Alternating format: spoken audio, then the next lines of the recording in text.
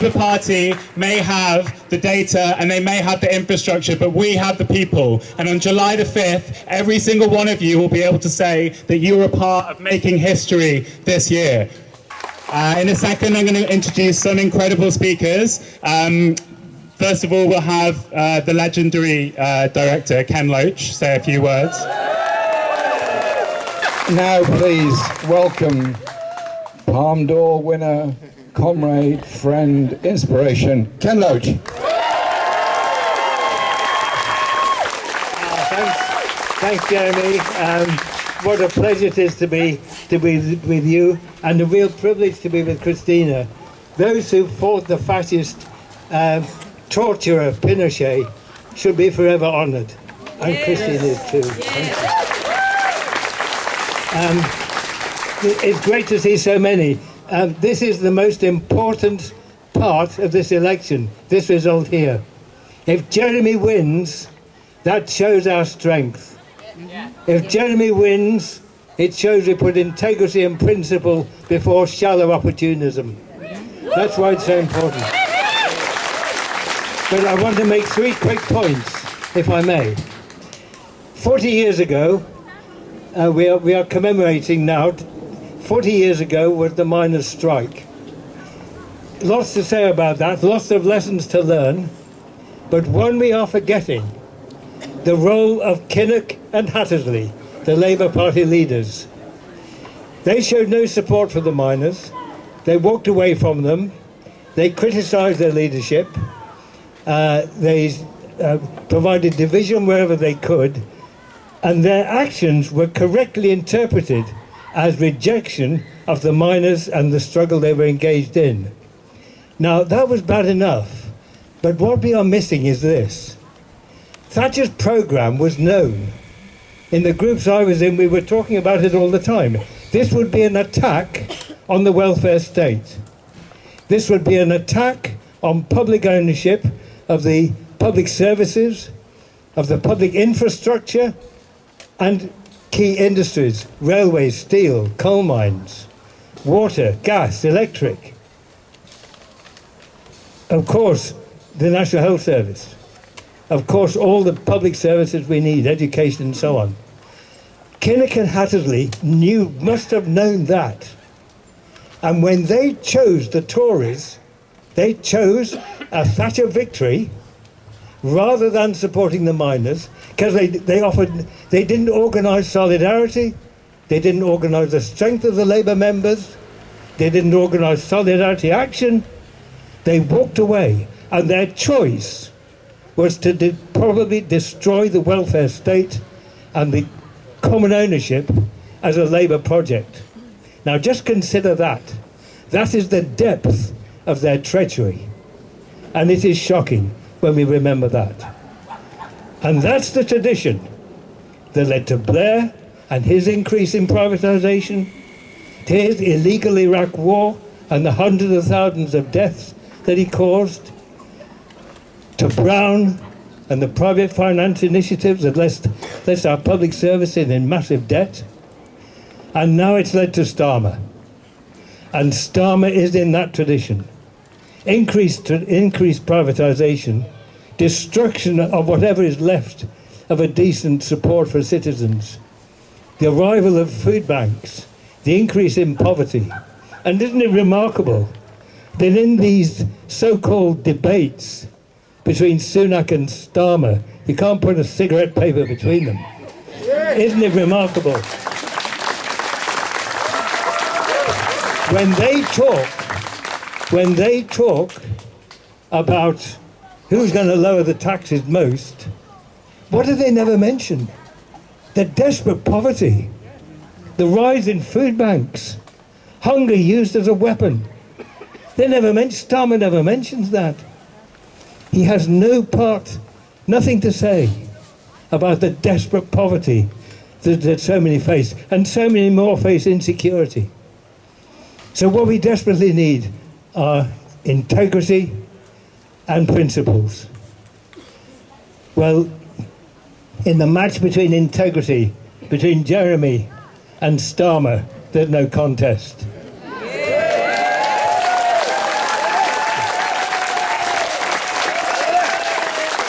Christina has spoken eloquently about Jeremy's integrity. I've known him for many years, a good friend. I'd trust him with anything. He's a wonderful friend, a wonderful comrade, and I'm proud to stand alongside him. I trust him, absolutely, as do we all.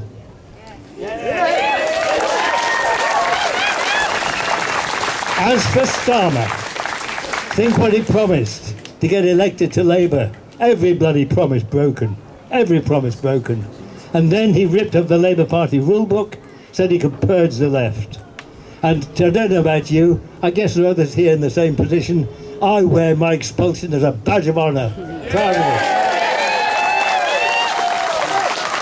And now he's the leader of the opposition. He's even breaking whatever shallow commitments he's made. He's now turned Labour into a neoliberal party, up for every exploitative device the ruling class can throw at the working class. Exploitation, the gig economy, and the rest of it. Poverty as a threat. Blame the poor blame the poor for their poverty. No integrity whatsoever. Principles, well, this is where I think Jeremy's position is so important. Starmer has no principles. Starmer is a man of opportunism, but the key thing that he has done is to turn Labour into a safe party for those with wealth and power and privilege, because they are protected. And that's what he said to the right-wing press, to the broadcasters, the BBC, and that's why he gets such a soft response. That's his principle. There will be no change. For Jeremy and for us, the principles are all important. The principles of what we do collectively, common ownership, the great public services, the health service, no room for profiteers, no room for private health companies to rake off money from our taxes. We share from everyone according to their ability to everyone according to their need. The basic founding principles of the health service.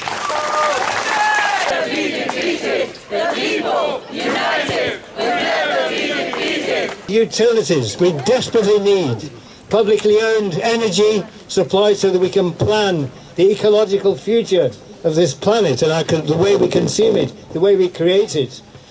So many things we do collectively are central to the future of mankind. They're essential to social justice. And the principles of social justice, again, central to Jeremy's work and politics. We can go through them all. Universal human rights, the rule of international law, the protection of the environment, whatever it takes, because that is the future of our children, our grandchildren, and I think maybe, if I'm lucky enough, great-grandchildren too. Those are our principles. And when it comes to Starmer's integrity, I have to quote my old friend Ricky Tomlinson, who in this circumstance would say, Starmer's integrity, my arse.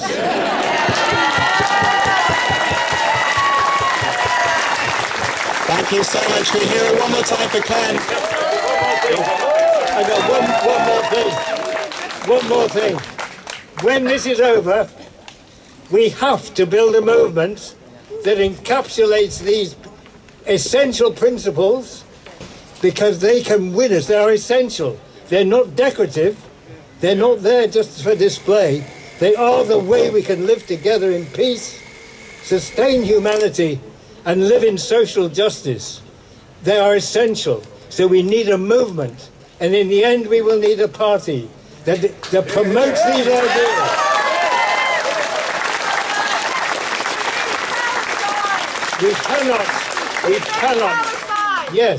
We cannot. Speaking of Starmer's integrity, how can he condemn the way he doesn't even acknowledge the crimes being committed and insist that supplying weapons to Israel is still fine? What a disgusting position to be in. Absolutely. Thank you very much.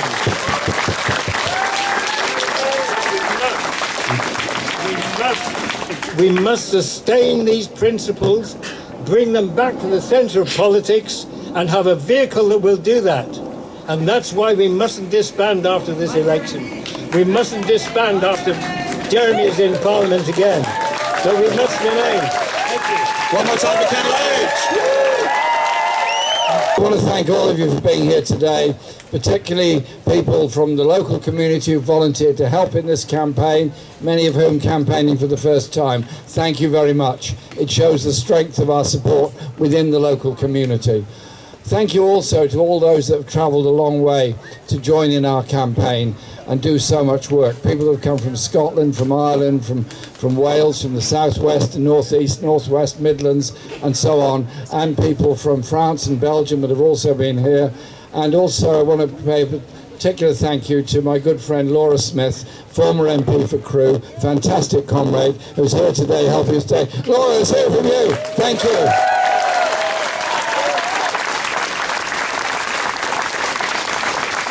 I will be very brief, but there's just a few quick points I want to make to you. We are standing in this campaign as an independent because democracy was closed down for the locality, for the community, for the many Labour Party members in Islington North who've been my friends and my comrades for decades and from whom I've learnt so much.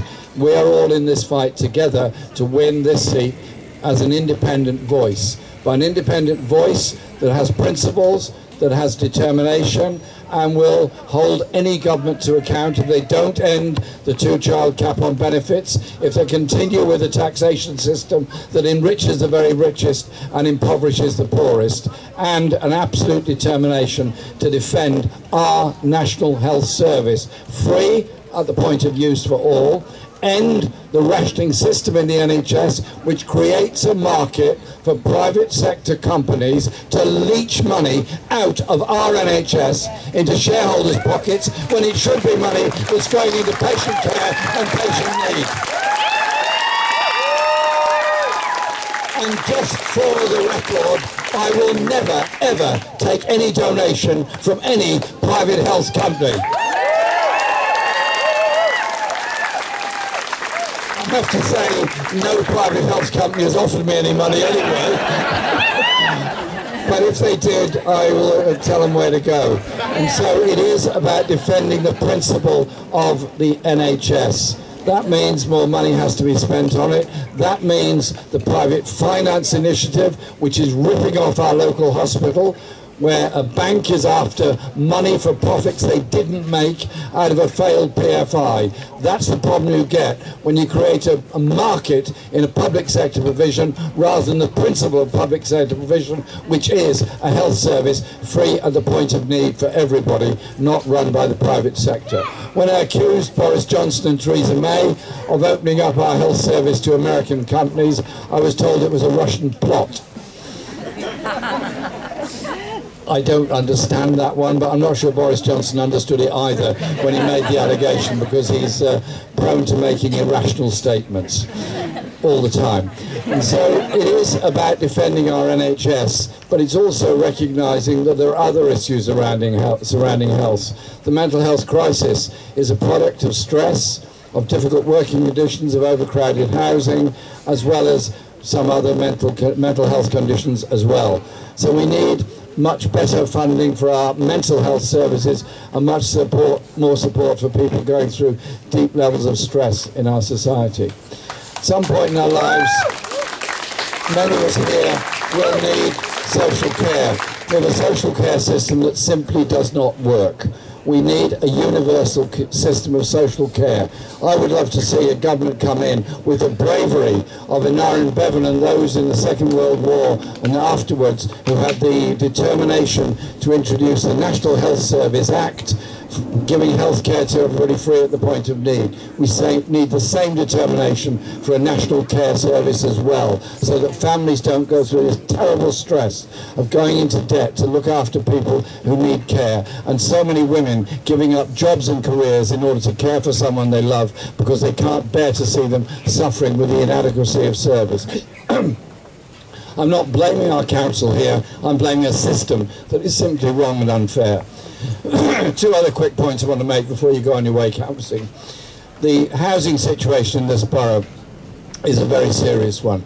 We're here on the 6 acres estate, wonderful community and great people that live here. Many sadly are very overcrowded in the flats that they're in because there is inadequate supply of new accommodation to move on. Some new housing has been built, well done Islington on building that housing, but we need a lot more. We also need to have real control of the private rented sector. Many young people living in the private rented sector are spending over half of their take-home pay on rent.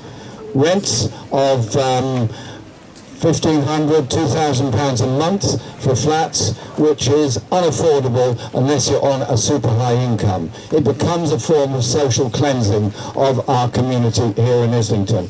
In Parliament, I will always be that voice for regulation and rent control in the private rented sector, for more investment in council housing, and absolutely an end to rough sleeping homelessness in our society. Why is it that in us, the 5th richest country in the world, we have thousands of people sleeping rough every night? Why do we have more food banks than branches of McDonald's? And then why do we have more billionaires in our country than ever before? We have an economic and taxation system that needs changing. You need to have a big increase in the tax-free allowance for everybody and an increase in taxation at the top end for the very wealthiest to make their contribution in our society. And so, in Parliament, I will be that voice. Where the new government does something right and good, I'll back them, I'll support them, because I want to see better quality of life for everybody in our community. But I will not be afraid to criticise where they're going wrong, and I will always speak out to end poverty in our society. When 40% of our children in this community are living in poverty, you need that voice that will challenge in Parliament to ensure that we bring about real justice and hope for every child within our community.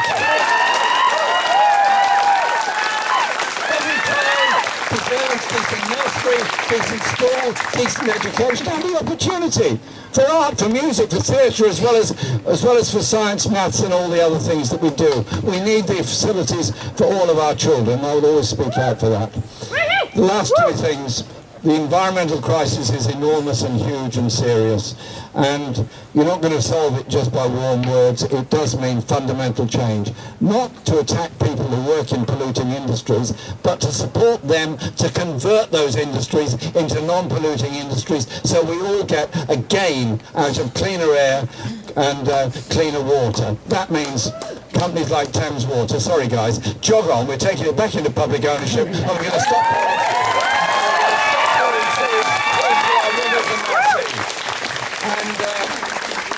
many here have been involved in international campaigns all of their lives. My great friend Christina and the huge work her and her family did to help rid Chile of the Pinochet dictatorship. And she and I recorded a film last year in Chile where she recounted the torture she had been through. Why was she tortured? Because she stood up for people in Chile. Because she stood up for justice, for democracy. That is absolute determination and bravery. And she spent the rest of her life campaigning for other people.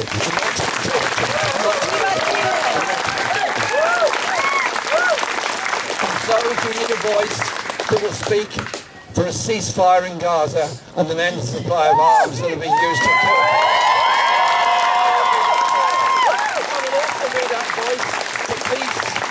Russia and Ukraine. I'll also be that voice for an end to the war in the Congo, where children are dying because of the greed of mining companies. When you're looking on the doors today, listen carefully to what people are saying, explain to them why I'm running as an independent, and that as an independent MP, I will ensure that every month we hold a People's Assembly in this constituency in different community centres, where I will report back what I've been doing in Parliament. Other groups will be invited to come in and speak about their campaigns on housing, on environment, on health and all the other issues that we face. So we're building here a massive popular movement of the people who want to see a fairer, decent, inclusive society. All of you who have been working so hard to get Jeremy elected here in Islington North. Take it round the back. Ken, can you come for the picture? Everyone in front of me, I'm moving back because there's so many people. And again. 1, 2, 3.